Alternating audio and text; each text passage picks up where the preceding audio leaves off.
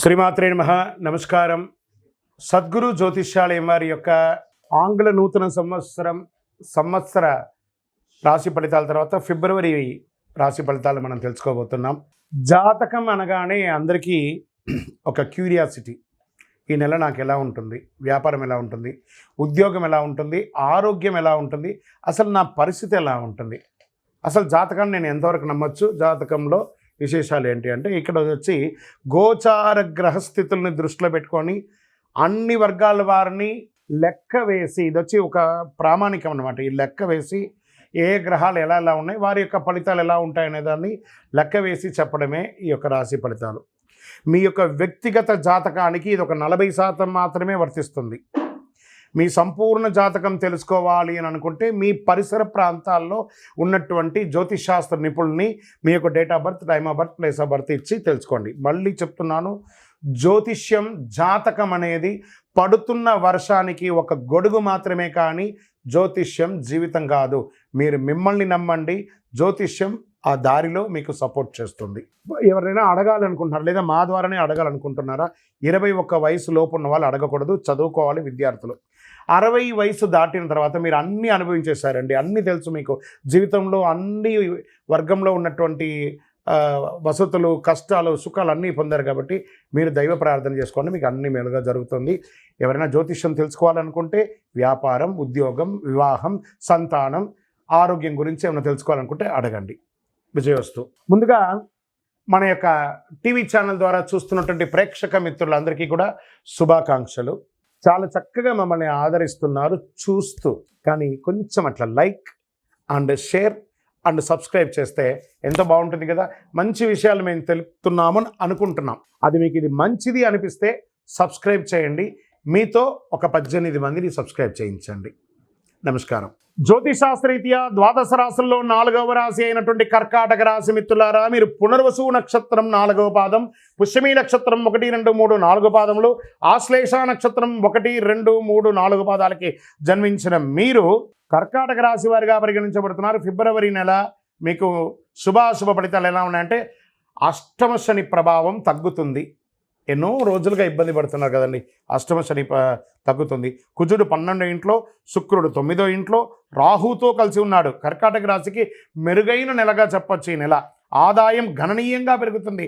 మీ ఆదాయం మరియు ఖర్చులను సమతుల్యం చేసుకోవాల్సిన బాధ్యత మీది. వ్యాపారానికి సంబంధించి పనుల కోసం ఎల్లప్పుడూ ప్రయాణాల్లో ఉంటారు. అంటే మీ యొక్క ఎక్స్పాన్షన్ ఆఫ్ యువర్ బిజినెస్ యొక్క కాన్సెప్ట్లో మల్టిపుల్ చోట మీ యొక్క ప్రోగ్రామ్ అంతా చేసుకోవడానికి మీరు ప్రయాణాలు ఎక్కువ చేస్తూ ఉంటారు. విదేశాలకు కూడా వెళ్ళే అవకాశాలు ఉన్నాయి.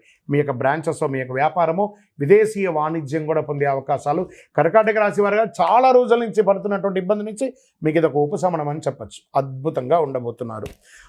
విద్యార్థుల కోసం, వీసా కోసం, గ్రీన్ కార్డు కోసం, ఉద్యోగం చేస్తున్న వారు గ్రీన్ కార్డు లేదా పర్మనెంట్ కోసం చేస్తున్న H1 వీసా, ఇవన్నీ కూడా తొలగిపోయే ఆటంకాలు అద్భుతంగా ముందుకెళ్తారు. మీ ఆశయాన్ని నెరవేర్చుకోబోతున్నారు. మీ ప్రయత్నాలన్నీ విజయం.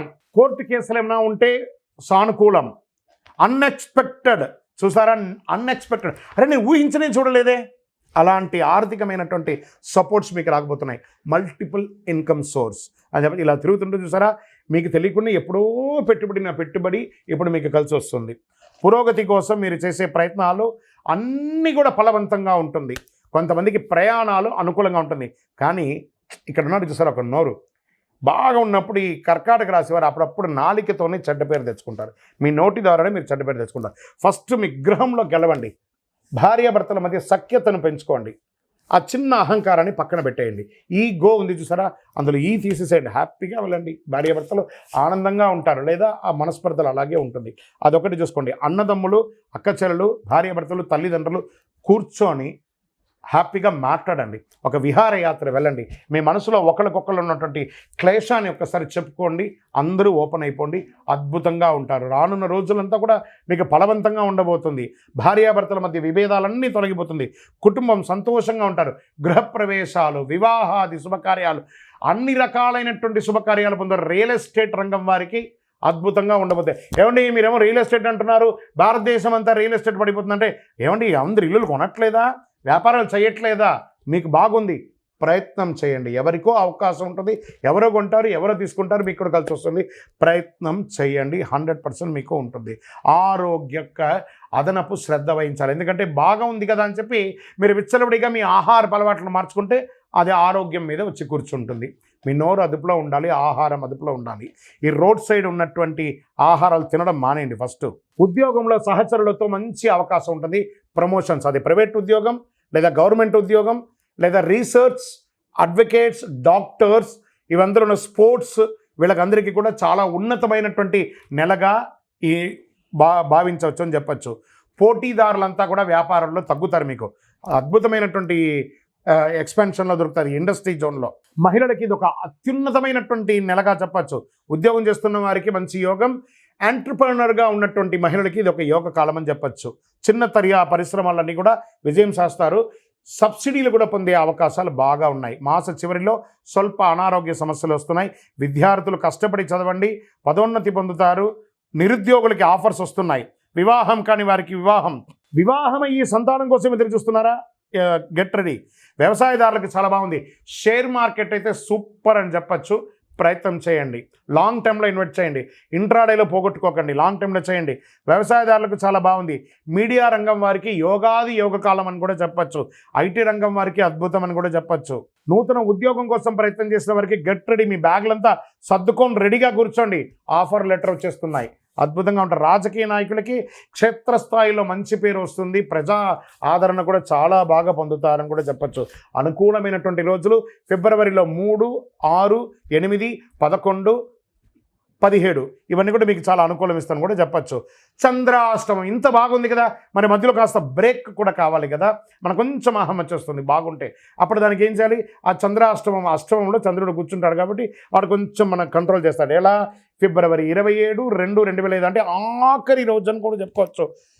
ఉదయం 4:37 అండి. 1/3/2025 అంటే మార్చి 1వ తారీఖున ఉదయం వరకు ఈ 2.5 రోజులు ఇబ్బంది పెడతాడు. జాగ్రత్త పెట్టండి. ఆహారం తినేటప్పుడు, సంతకం పెట్టేటప్పుడు, వాహనం నడిపేటప్పుడు జాగ్రత్త. మరి అదృష్ట సంఖ్య అనుకుంటే 5, 6. అదృష్ట రంగు అని చెప్పుకుంటే కాషాయం రంగు, ఊదా రంగు మీకు చాలా కలిసి వస్తుంది. పూజించాల్సినటువంటి దైవం ఎవరు? కలవు వెంకటనాదాయ వెంకటాద్రి సమంస్థానం బ్రహ్మాండే నాస్తి కింద వెంకటేశ సమోదేవో నభూతో నభవిష్యతి. తిరుపతికి వెంకటేశ్వర స్వామి వారికి పోయి మొక్కండి. కాలినడకగా మెట్లెక్కండి, చక్కగా దర్శనం చేసుకోండి. ఆ వెంకటేశ్వర స్వామి వారికి అంగ ప్రదక్షిణం చేయండి. అన్ని రకాలుగా మీకు కలిసి వస్తుంది. కనకదార స్తోత్రాన్ని 24/7 వింటూ ఉండండి, మీకు అనుగ్రహం వస్తుంది. విష్ణు సహస్రనామ పారాయణాన్ని చేయండి, అద్భుతంగా ఉంటారు. శనివారాల్లో ఆంజనేయ స్వామి వారికి తులసి మాల వేసి చక్కగా తమలపాకుతో అర్చన చేసి వడమాల వేసి నమస్కారం చేయండి.